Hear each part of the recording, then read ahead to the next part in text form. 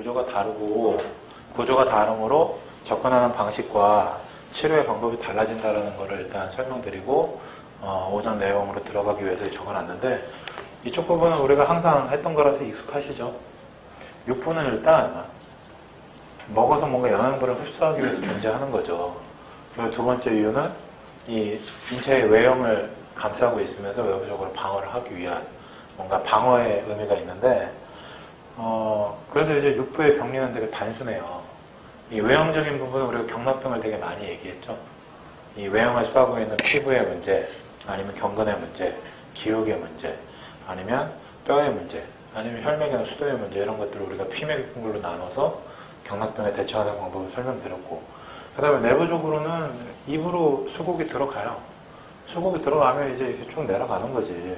그리고 내려가는 과정에서 이 비장의 원화작용을 이용을 해서 여기서 수국의 정밀을 뽑아내죠. 그게 0이죠, 0. 그리고 이제 나머지 찌꺼기가 이제 수습대사를 통해서 내려가면 그게 이제 방광에 모여있다 전염을 통해서 소변으로 배출이 되고 이 대장에 모여있다가 호흡을 통해서 대변으로 배출이 되죠. 그래서 이제 먹어서 잘 흡수할 거 흡수하고 나갈 거 다 나가서 계속 비어있는 상태를 유지하면 육부는 이제 편안하다 이거죠. 근데 이제 이건 이상적인 거고 이렇게 안 되죠. 특히 현대인들은 너무 많이 먹어. 자기가 소화할 수 있는 양에 비해서 너무 많이 먹기 때문에 위장의 정체가 생기면 이제 식적이 생기면서 소화장애가 일어나고 소장에 문제가 생기면 어혈이 생기면서 어혈로 인한 여러 가지 또 혈병이 생기죠. 삼초에 문제가 생기면 중초에서 중만증이 되거나 하초에서 중만증이 되고 방광에 문제가 생기면 수불이 생기면서 방광계통에 문제가 또 일어나고 대장에 문제가 생기면 또 대장수불로 이제 대장계통의 습증상들이 나타나는 거 아닙니까? 그래서 이제 이런 문제들이 생기는 것들을 우리가 이제 육부에서 봤단 말이에요. 그럼 이제 이건 뭐냐면 폐쇄계통이 아니라 열려있는 관이에요. 그냥 관. 입에서부터 전은 후음으로 이어져 있는 그 타이어 안에 이렇게 빵꾸 뚫린 이런 관처럼 밑으로 일방적으로 내려주기만 하고 안에는 비어있으면 문제가 없는 건데 모장은 이게 다르다는 얘기죠.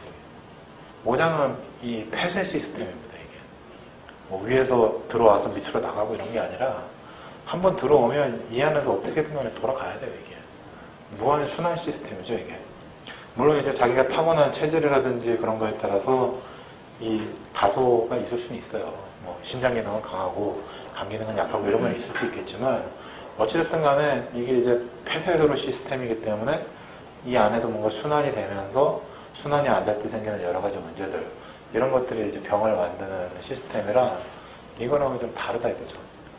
그래서 우리가 앞으로 해야 될 건 이제 이 5장인데 이 5장에서는 뭘 보셔야 되냐면 이제 5장에 하는 거는 이 비장이라는 게 육부 전체에 관여한다고 얘기를 많이 드렸죠.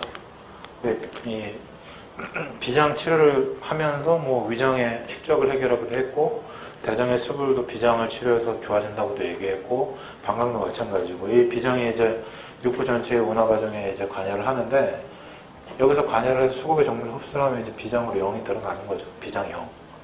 그리고 이제 비장에서 이 저장한 0을 가지고 5장의 정신기혈을 분배를 합니다. 이제 정신기혈을 분배를 하면 심장에서 신이 들어가면 이제 사람이 정상적인 이 신지를 유지를 하면서 심장의 양기를 이제 활용을 해서 전체적으로 이제 순환을 시키고 이 비장의 0이 폐로 가면 폐기가 되죠. 폐기가 되면 이제 선발수강을 하는 거죠. 선발수강을 해서 또 다른 장도 해야 될 역할을 하고 또 신장으로 들어가서 정이 되면 신장이 이제 아래쪽에서 전체적인 수액대사를 조절하는 역할을 하고 또 간으로 들어가서 혈이 되면 간이 또 이제 소설작용을 하는 거죠. 그래서 이게 비장의 센터에 있으면서 이 간이랑 폐가 이 상하에 축이 되고 그 다음에 심장과 신이 이 물과 물에 축이 돼서 이게 순환이 되는 게 이제 시스템이란 말이죠. 이 순환 시스템에 문제가 생기는 것을 확인을 해서 그 문제가 생긴 부분을 조절을 하는데 그걸 이제 효과적으로 보는 방법이 이제 한열 조습, 이 어열 담음 정신기혈이다 이거죠. 그래서 이 한열 조습은 뭐냐면 뭐 우리가 한열 조습 굉장히 얘기를 많이 했잖아요. 뭐 한의대 다니면서도 상당히 많이 들어본 얘기일 텐데 이 한열이라는 거는 이제 중간이 제일 좋은 거죠. 조습도 중간이 제일 좋은 겁니다. 한열 조습 편차가 없으면 제일 좋은 거예요. 그냥 차갑지도 않고 열이 나지도 않고 그냥 따뜻한 중간 상태이면 제일 좋은 거고, 이 건조하지도 않고 습하지도 않은 중간 상태면 제일 좋은 거예요. 한열조수 편차가 없으면 이 담음이나 어혈이 막힌 부분이 없으면 정신기혈이 잘 분배가 될 테니까 잘 살 수 있다 이거죠. 근데 이제 한열조수 편차가 깨지면 이 운행에 문제가 생기면서 중간에 찌꺼기도 끼게 되고, 찌꺼기가 끼게 되면 정신기혈이 제대로 분배가 안 되니까 이게 부족해지면 이제 문제가 된다는 얘기죠. 그래서 이제 이 한열조석을 기본으로 보시는 거는 나오네.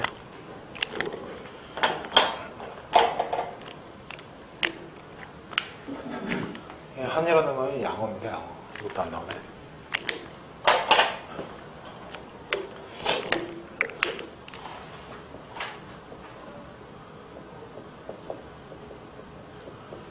그러니까 양어라는 게 이제 우리가 뭐 몸이 차다 이런 거 양어라고 얘기하잖아요. 그리고 이제 따뜻한 물을 좋아하고 찬 물을 별로 안 좋아한다. 이런 게 이제 양어 경향이죠. 양어 경향. 근데 이제 이 양어 경향이 환자가 호소하는 주소증에 어떤 의미가 있는가, 이게 중요하죠. 그러니까 뭐 예를 들어서 추우면 자기는 어깨가 막 뭉치고 힘들어진다. 쥐가 나고 저리다. 이러면 양어가 의미가 있는 거죠. 아까 이제 뭐 간양어 이런 건 못 들어보셨다고 했는데, 이 간양어로 인해서 근육 긴장이 오는 경우 되게 많이 있죠, 사실. 또 추운 데 나가면 문제가 된다는 분들도 많고, 아니면 애초에 주소증이 그냥 수족냉증이야. 이러면 양어가 맞죠. 이제 이렇게 주소증과 연관이 있을 때 의미가 있고요. 주소증이랑 연관이 없으면 참고사항이죠, 참고사항. 이 사람이 몸에 차가운 경향성이 있구나. 이런 참고사항으로 생각하시면 되고요. 두 번째 열은 이제 열울이죠, 열울. 이것도 이제 경향성으로 보자면 자기는 더위를 많이 탄다. 그 다음에 차가운 게 좋다. 그 다음에 쉬는 시간에 나가서 얼음물을 먹는다. 그 다음에 뜨거운 걸 먹으면 왠지 식곤증이 심해지고 힘들어한다. 뭐 이런 것들이 이제 열울 경향인데, 환자의 호소하는 주소증이 염증성이나 열울성 경향을 보이거나 아니면 이 더운 환경에 노출됐을 때 문제가 있으면 이 열울을 해결해야 되겠죠. 요거는 이제 침치료에서는 상당히 중요합니다. 양어에 비해서 열울이 중요하죠. 왜냐하면 대부분의 통증이 염증인 경우가 많기 때문에 열울을 해결하는 방법이 상당히 좋은 방법이 돼요. 그리고 이제 양어의 경우에는 침을 놨을 때 금방 해결이 또 안 되기 때문에 치료를 보기가 또 어렵거든요, 좀. 물론 이제 시간을 오래 들여가지고 치료를 하면 좋아지기도 합니다만, 어쨌든 간에 한열을 이렇게 평가를 하는 거죠. 그리고 이제 문진을 했는데 한열 편차가 별로 없어. 뭐 차가운 물 좋아하세요? 더운 물 좋아하세요? 물어보니까 자기는 찬물도 좋고 더운 물도 좋고 더위도 별로 안 타고 추위도 별로 안 타고 아무 문제 없는데요, 이러면 문제가 없는 거죠. 호소 증상도 한열이랑 별로 관계가 없어. 이러면 이제 한열은 별 문제가 없구나 이러고 넘어가시면 되죠. 조습은 이제 조는 음어예요, 음어. 음어는 이제 중요한 게 피부나 이 복부의 피부라든지 얼굴의 피부 상태, 아니면 입술의 건조한 정도. 제일 중요한 게 이제 오간의 촉촉한 정도, 오간의 건조한 정도가 중요해요. 그래서 우리가 복진을 하는데 딱 배를 만져봤는데 배가 거칠거칠해. 딱 봐도 뭐 이렇게 허옇게 일어나 있고 이러면 이제 음어 경향이 있는 거고, 환자한테 물어봤을 때 눈이나 코, 입 이런 데가 건조하거나 마르는 게 뚜렷하면 음어인 거죠. 근데 이제 이런 질환이 많잖아요, 사실. 안구건조증, 또 코가 건조하면서 숨쉬기 힘들다는 비염, 입이 마르고 입맛이 없고 입안에 염증이 생기고 이런 경우도 많고, 건조성 피부 질환도 굉장히 많죠. 그러니까 이제 이런 음어가 있다 그러면 이게 이제 어느 정도의 음어인지 모르겠지만 유의미한 문제가 되는 거죠. 숙이라는 건 이제 숙입니다, 숙이. 숙이는 이제 쉽게 얘기하면 붓는 거예요, 붓는 거. 아침에 일어나면 많이 붓는다. 아니면 자기는 일을 하면서 이제 퇴근 시간이 되면 다리가 띵띵 붓는다. 이렇게 붓는 걸 호소하거나, 아니면 조 원장님한테 아까 얘기했던 것처럼 침을 막 질질 흘린다든지, 냉이 막 많이 나온다든지, 설사를 막 과도하게 많이 한다든지, 땀이 지나치게 심하게 나온다든지, 이런 게 다 숙이죠. 눈에 보이는 물이라고 생각하시면 돼요. 눈으로 확인할 수 있는 물. 이런 게 있으면 이제 숙이에요, 숙이. 한열조습은 그다지 어렵지 않죠. 담음이랑 어혈도 그다지 어렵지 않습니다. 담음은 보통 이제 우리가 그 한의대에서 배우기를 비장이 승담지원이고 폐는 저담직이다 이런 얘기를 해서 담음이다 이러면 이 폐랑 비장을 주로 생각하는데 담음은 오장 어디에든지 다 있죠. 뭐 쉽게 얘기하면 심장에 담음 있는 거는 뭐 단미신규 이런 표현으로 배우기도 했지만 우리가 뭐 이진탕이나 원담탕 쓰는 거를 생각해보면 금방 알 수 있죠. 심압에 담음이 생기면 심장에 문제가 많이 생겨요. 심장에도 담음이 많고요. 간에도 약간의 담음이 있어요. 이게 이제 간의 혈계통이기 때문에 어혈이 주로 많지만 이 간이랑 폐가 적경이고 요 목 기관지 부위에 약간의 매획기라든지 호비로 이런 약간의 담음증들이 있는 편이고 그 다음에 신장의 담음 이거는 되게 생소한 개념일 수도 있는데 왜냐하면 우리가 생리나 병리학에서 배운 적이 없죠. 근데 아까 말씀드렸다시피 신장은 황수가 배꼽 가운데 있으면서 육부의 모든 노폐물들이 배꼽으로 모이기 때문에 신장의 담음 병리가 굉장히 중요해요. 그리고 현대인들에게 이 담음 병리를 모르고는 신장병을 제대로 치료하기가 좀 어렵습니다. 이제 이건 생소할 뿐이지 굉장히 중요하다 실제로는. 신장의 담음도 굉장히 의미가 있고요. 그다음에 뭐 폐나 비장은 당연한 거니까. 그리고 여기 이제 심장이라고 써놓은 거는 이제 이면에 심포가 있는 건데 심포에도 담음이 많죠. 우리가 체했을 때 전중 확인하는 거 기본이잖아요. 공손내간 쓰면 전중의 담음이 해결되면서 체기가 없어진다. 중요하죠. 담음 어혈. 이 담음 어혈의 존재는 뭐냐면 운하가 제대로 안 되면서 막혔다 이거죠. 그래서 이제 어쨌든 간에 이 담음은 심장, 심포, 비장, 폐, 신장, 그리고 간 일부에 이제 전체적으로 나타날 수 있는 부분이고 어혈은 간이 1번이고 심장, 심포가 2번이죠. 간이랑 심장, 심포에 어혈이 있는 거죠. 그리고 이게 막히면 이 사람이 실제로 정신기혈이 부족하지 않은데도 정신기혈이 부족한 증상이 나타날 수 있다. 그런 개념을 가지고 이제 접근을 하셔야 돼요. 아까 얘기했던 원담탕 같은 게 이진탕의 주교주식으로 되어 있는데 원담탕 주소증을 보면 신담 허겁하고 뭔가 불안 초조로 호소하고 잠을 잘 못 자고 이런 신지불안 증상이 나타나잖아요.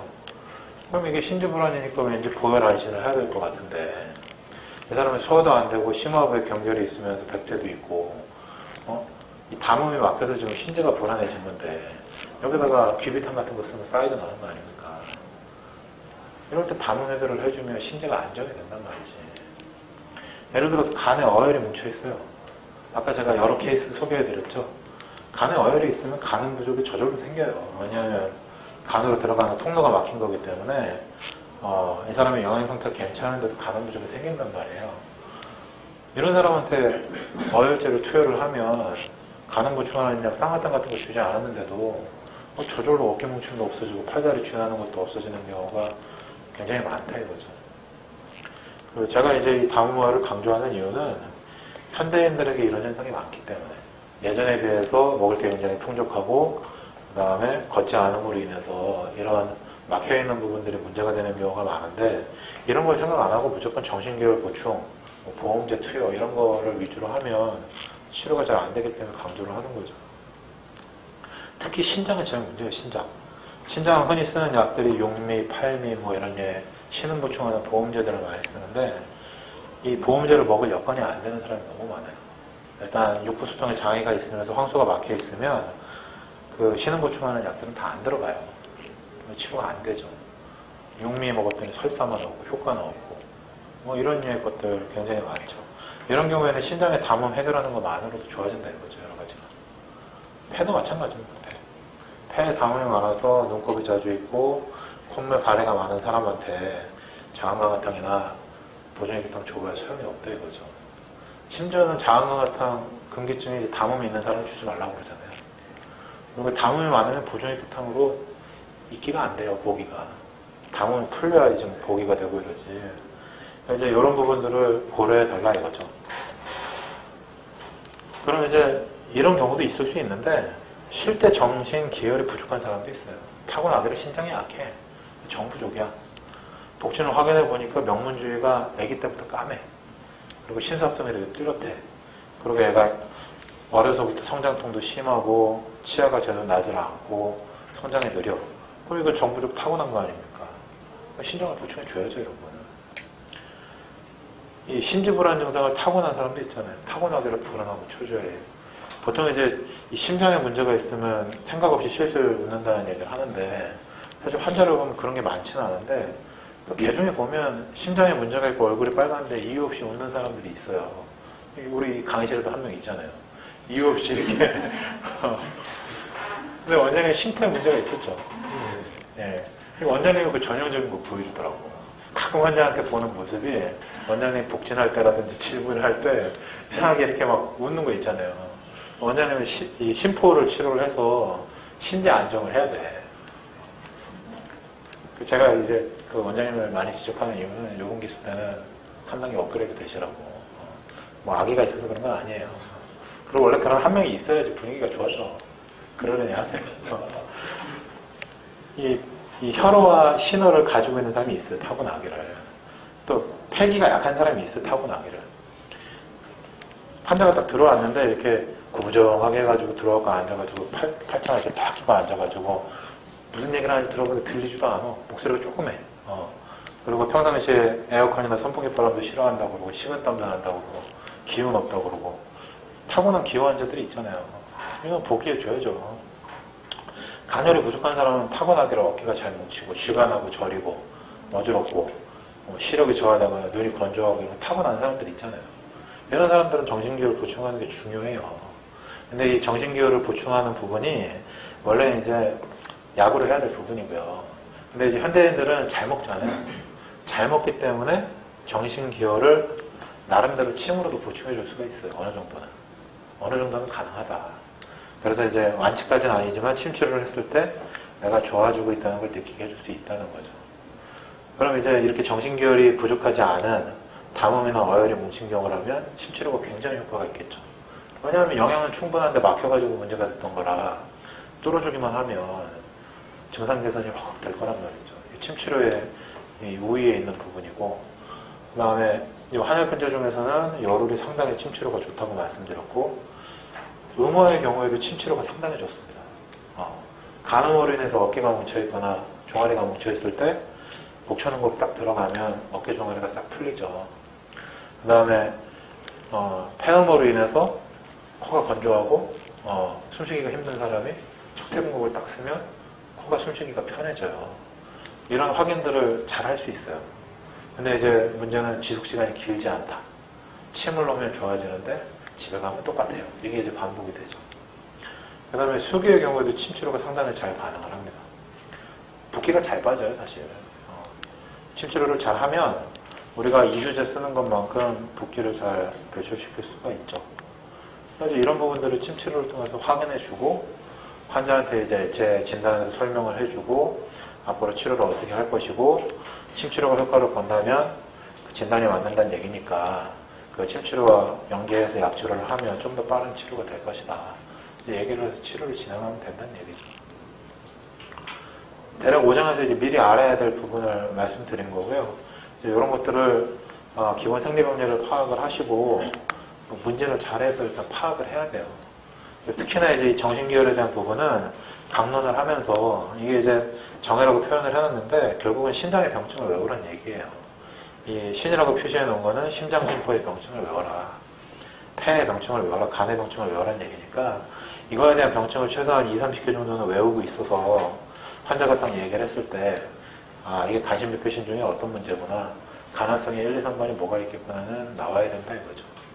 아까 제가 뭐 사마귀 케이스라든지 뭐 신우신염 케이스를 얘기하면서 미리 가능성을 뭐 생각할 수 있냐 여쭤봤던 것처럼 그런 준비를 하셔야 된다는 얘기죠. 그리고 이제 여기에 피부라든지 골수라든지 이제 근이라든지 뭐 맥, 육 이런 걸 적어놨는데 이제 요거는 혹시 오해의 소지가 있을까봐 적어놓은 건데 우리가 육부를 할 때는 피맥 공부를 얘기하면서 이제 오행혈을 1대1 매칭을 시켜서 많이 얘기했잖아요. 오장에서는 그게 안 돼요. 그렇게 하면 안 돼. 예를 들어서 그 이무비 힘줄을 풀어주는 효과가 많다 이렇게 얘기하고 썼었는데 그럼 오장에서 대표혈이 대돈인데 대돈을 쓰면 근육 뭉침이나 힘줄 뭉침이 잘 풀리느냐? 안 돼요 거의. 뭐 예를 들어서 또 뭐 기육이었죠. 이 기육에 해당되는 거는 우리가 족삼리를 쓰면 어깨 근육도 풀리고 종아리도 풀리고 이랬는데 요 비장의 태백을 쓰면 그런 게 되느냐? 전혀 안 돼요, 전혀. 이거 어떻게 접근하셔야 되냐면 5장에서는 뭐냐면 그 육부가 주관하고 있는 거는 자기가 주관하는 영역의 피맥 육분골이었죠.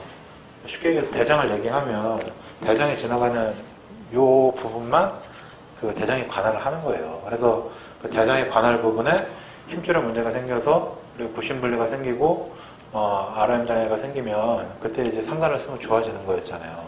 그리고 이제 요 위장이 지나가는 서해부라든지 아니면 무릎 앞쪽에 문제가 생기면 위장에 항곡을 쓰면 좋아지는 거였잖아요. 그러니까 각각의 부위에만 효과가 있었던 건데 이제 간이라는 거는 간 자체에 문제가 생기면 근육병이 생길 수 있다 이거예요. 그리고 이 부위는 전신에 다 가능합니다. 이 대장경에 주관하는 어깨에도 가능하고 위장에 주관하는 여기 서해부에도 가능했고 방광에 주관하는 호면부에도 가능했고 그래서 이제 우리가 육부에서 이 힘줄이나 기육 치료를 하다가 진행이 잘 안 되면 간 치료를 하면 마무리할 수 있다고 얘기한 게 간병을 치료하면 이 근육병이 좋아져요. 전신의 근육병이 좋아진다. 이런 식으로 이해하셔야 돼요. 이걸 뭐 혈자리로 대입하는 게 아니고 간의 병리가 생기면 근육병이 생긴다. 그 다음에 신장에 문제가 생기면 이 골병이 생긴다. 이렇게 이해하셔야 돼요. 아까 왜 음능천을 눌러보니까 아팠다. 그러면 이게 뼈를 눌러서 아픈 거니까 이 술통이 연골이라든지 뼈에 문제가 있을 수 있는 질환이니까 신장을 치료하자. 이건 말이 된다는 얘기죠. 아니면 음능천을 눌렀더니 통증이 없어. 외슬환이나 내슬환을 눌렀더니 통증이 없어. 환자도 얘기하는 게 이런 연골이나 뼈 부위가 아니라 무릎이 이런 데가 아프대. 이런 데가 아프대. 근육이 문제인 거죠. 그러면 이제 근육의 문제니까 간을 치료해서 근육을 풀어주자. 이런 건 가능하다 이거예요. 이런 식으로 이제 하시란 얘기지 이걸 혈자리로 이렇게 대입하라는 얘기는 아니죠. 자, 여기서 질문 있으시면 하시고 잠깐 쉬었다가 이제 총론을 차근차근 나갈게요.